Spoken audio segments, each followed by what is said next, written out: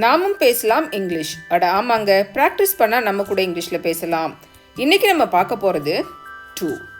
இந்த டூவை நம்ம ப்ரிப்போசிஷன் அப்படின்னு சொல்லுவோம்.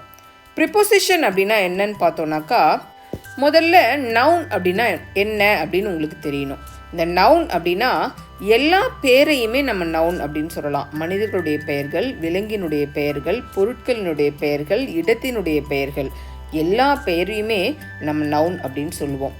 ரெண்டு நவுனுக்கு இடையில இருக்கக்கூடிய ரிலேஷன்ஷிப்பை சொல்லுவதற்காக நம்ம பயன்படுத்தக்கூடிய வார்த்தையை தான் நம்ம ப்ரிப்போசிஷன் அப்படின்னு சொல்லுவோம். இரண்டு நவுன், அது மனிதர்களாக இருக்கலாம், இரண்டு மனிதர்களாக இருக்கலாம், இரண்டு பொருட்களாக இருக்கலாம், இரண்டு விலங்குகளாக இருக்கலாம், இரண்டு இடமாக இருக்கலாம்.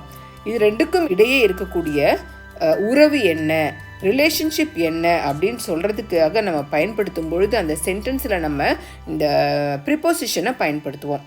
ப்ரிப்போசிஷன் நிறையா இருக்குது. இன்றைக்கி நம்ம பார்க்க போகிறது இந்த டூ அப்படின்ற ப்ரிப்போசிஷன். இந்த டூ அப்படின்ற ப்ரிப்போசிஷனுக்கு தமிழில் என்ன அர்த்தம் அப்படின்னு பார்த்தோன்னா, இக்கு அப்படின்னு சொல்லலாம். உனக்கு, எனக்கு, நமக்கு அப்படின்னு சொல்லுவோம்ல, அந்த மாதிரி சொல்கிற இந்த இக்கு அப்படின்ற இடத்துல நம்ம இந்த டூவை யூஸ் பண்ணலாம். இந்த லெசனை நீங்கள் ஸ்கிப் பண்ணாமல் கடைசி வரைக்கும் பாருங்கள். இதை பார்த்தீங்க அப்படின்னா இந்த டூ அப்படின்ற ப்ரிப்போசிஷனை நம்ம எப்படியெல்லாம் யூஸ் பண்ணலாம் அப்படின்றது உங்களுக்கு கிளியராக புரிஞ்சிடும். நீங்கள் தப்பு இல்லாமல் கான்ஃபிடென்ட்டாக யூஸ் பண்ணலாம். இப்போ நம்ம லெசனுக்கு போகலாமா? பாருங்க, எனக்கு அப்படின்னு சொல்லுவோம்ல, இதை நம்ம எப்படி இங்கிலீஷில் சொல்லலாம்? டு மீ அப்படின்னு சொல்லலாம்.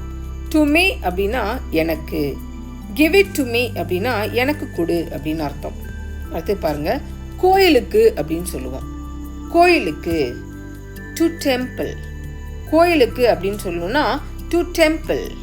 என் தம்பிக்கு, என் அண்ணனுக்கு, என் தம்பிக்கு அப்படின்னு சொல்லணும்னா to my brother, to my brother.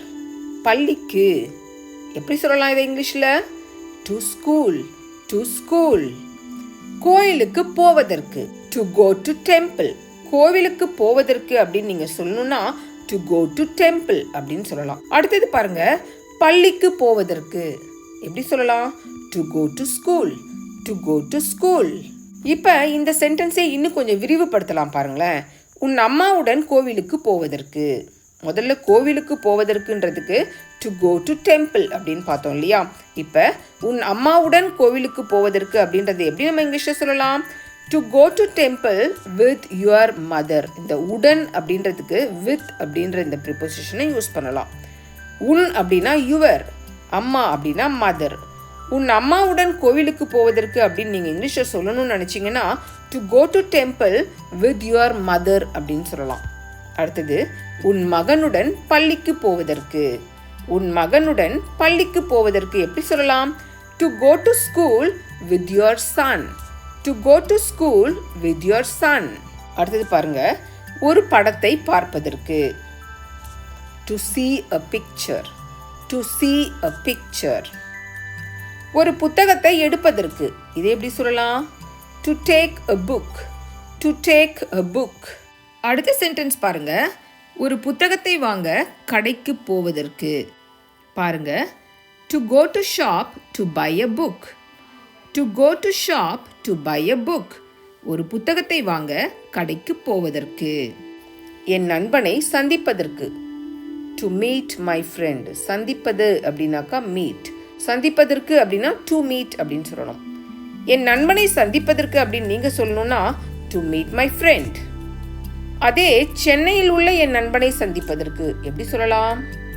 பாருங்க, to meet my friend in Madras, to meet my friend இன் சென்னை. சென்னையில் உள்ள, இன் சென்னை. என் நண்பனை சந்திப்பதற்கு டு மீட் மை ஃப்ரெண்ட். அடுத்தது, அவனுடன் பேசுவதற்கு. அவனுடன் பேசுவதற்கு டு ஸ்பீக் வித் ஹிம். உடன் அப்படின்னா வித் அப்படின்னு சொல்லுவோம். பேசுவதற்கு டு ஸ்பீக். என்ன வியூவர்ஸ், இவ்வளோ நேரம் நம்ம டூ அப்படின்ற இந்த ப்ரிப்போசிஷனை எப்படியெல்லாம் நம்ம டெய்லி பயன்படுத்தக்கூடிய வாக்கியங்களில் யூஸ் பண்ணலாம் அப்படின்றத தெரிஞ்சுக்கிட்டோம் இல்லையா? இந்த வீடியோ உங்களுக்கு பிடிச்சிச்சுன்னா லைக் பண்ணுங்கள், உங்கள் ஃப்ரெண்ட்ஸ்க்கு இதை ஷேர் பண்ணுங்கள். இன்ஃபர்மேட்டிவாக இருக்குது அப்படின்னு நீங்கள் நினச்சிங்கன்னா நம்ம சேனலை சப்ஸ்கிரைப் பண்ணுங்கள். மறந்துடாதீங்க வியூவர்ஸ், ப்ராக்டிஸ் மேக்ஸ் பர்ஃபெக்ட். இந்த வீடியோவை பார்க்குறதோடு நிறுத்திடாதீங்க. இதில் நம்ம யூஸ் பண்ணியிருக்கிற இந்த டூ அப்படின்ற ப்ரிப்போசிஷனை நீங்கள் டெய்லி பயன்படுத்தும் போது தப்பு இல்லாமல் கான்ஃபிடெண்ட்டாக பயன்படுத்துங்க. இங்கிலீஷில் பேசுங்க, கான்ஃபிடென்ட்டை உயர்த்துங்க. Thank you viewers.